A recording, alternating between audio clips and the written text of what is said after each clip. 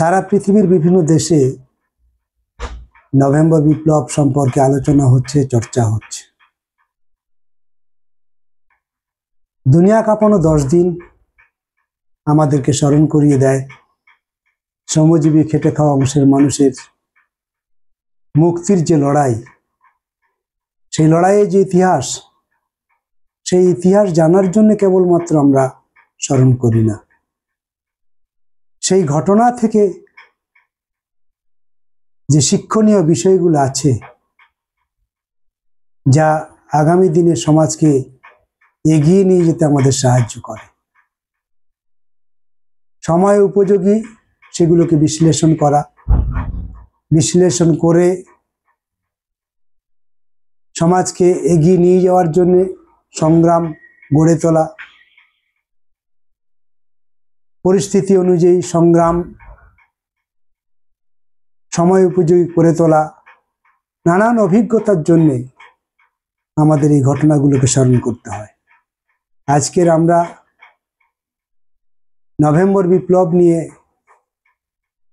গোটা পৃথিবীর বিভিন্ন দেশে যেমন আলোচনা হচ্ছে, আমাদের দেশেও তেমনি আলোচনা হচ্ছে।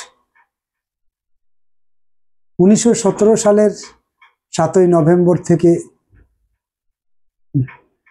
17ই নভেম্বর পর্যন্ত এই যে 10 দিন টানা লড়াই হয়েছিল রাশিয়াতে, লেনিনের নেতৃত্বে শ্রমজীবী অংশের মানুষের মুক্তি চাই, সেই যে ইতিহাস সারা পৃথিবীর মানুষকে এখনো পর্যন্ত পথ দেখায়। এই বিপ্লব সারা পৃথিবীর মানুষকে রাস্তা দেখায়।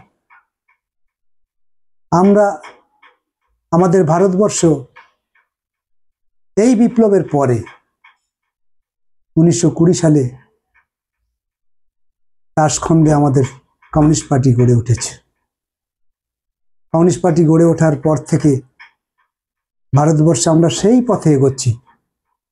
শ্রমজীবী খেটে খাওয়া প্রান্তিক নানান অংশের মানুষকে আমরা তার সমস্যাগুলোকে নিয়ে আলোচনা করছি, আন্দোলন করছি, আন্দোলনের মধ্যে আছি।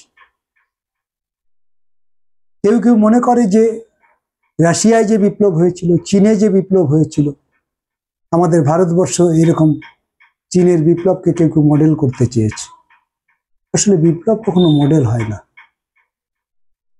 সেই দেশের ভূগোল, সেই দেশের জলবায়ু, সেই দেশের সামাজিক অবস্থা, সেই দেশের অর্থনীতি, সেই দেশের মানুষের চিন্তা চেতনা, অনেক কিছু বিষয় নির্ভর করে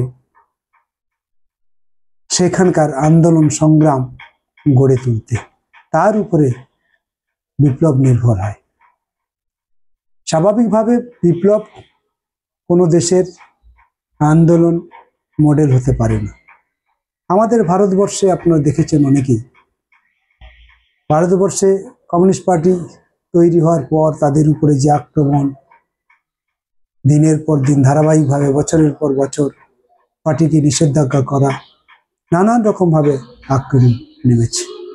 কিন্তু সেই আক্রমণকে প্রতিহত করে ধারাবাহিকভাবে আমাদের ভারতবর্ষের বিভিন্ন রাজ্যে শ্রমজীবী, প্রান্তিক, কৃষক, ছাত্র, যুব, মহিলা, জাতি ধর্ম নির্বিশেষে সব অংশের মানুষকে আমরা শ্রেণী অভিমুখে গড়ে তোলার চেষ্টা করছি। তাদের নিজস্ব সমস্যাগুলোকে নিয়ে আমরা আন্দোলনের রূপ দেওয়ার চেষ্টা করছি। এই সময় দেখেছেন ভারতবর্ষে কয়েকটা রাজ্যে বামপন্থীরা ক্ষমতায় ছিল। পশ্চিমবঙ্গ তার অন্যতম, কেরালা এখনো ক্ষমতায় আছে। বামপন্থীরা এই শ্রমজীবী অংশের মানুষকে ঐক্যবদ্ধ করে শ্রেণীর মুক্তির পথে এগিয়ে যাচ্ছে। কেরালাতে এই সময় আপনারা দেখেছেন যে অতি দরিদ্র মানুষকে কিভাবে আর্থিকভাবে উপরের দিকে নিয়ে যাবে তার প্রয়াস চালাচ্ছিল। আজকে তারা সাফল্য পেয়েছে। এই একমাত্র রাজ্য ভারতবর্ষে যেখানে অতি দরিদ্র মানুষ নেই। এটা হচ্ছে বামপন্থীদের লক্ষ্য, এটা হচ্ছে আমাদের লক্ষ্য। আমরা সেই লক্ষ্যে লড়ে যাচ্ছি, আমরা সেই লক্ষ্যে কাজ করছি। আমাদের রাজ্যে তৃণমূল সরকারে আছে, ক্ষমতায় আছে, ভারতবর্ষের বিজেপি আছে। এরা দুজনে মিলে প্রান্তিক শ্রমজীবী অংশের মানুষের নাগরিকত্ব, ভোটাধিকার সবকিছু কেড়ে নিতে চাইছে। আমরা ধারাবাহিকভাবে তার বিরুদ্ধে লড়ে যাচ্ছি। আজকে নভেম্বর বিপ্লব আমাদের কাছে অত্যন্ত তাৎপর্যপূর্ণ, ভারতবর্ষের মানুষের কাছে, ভারতীয় জনগণের কাছে।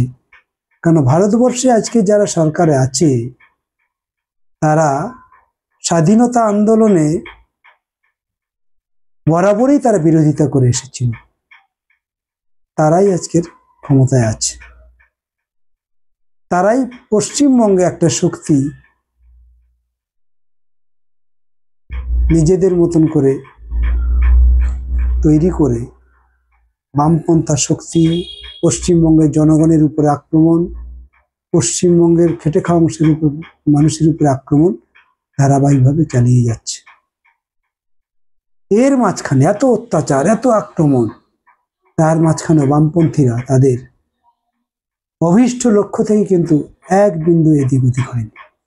আমাদের পার্টিতে দীর্ঘ আলোচনা হয়েছে।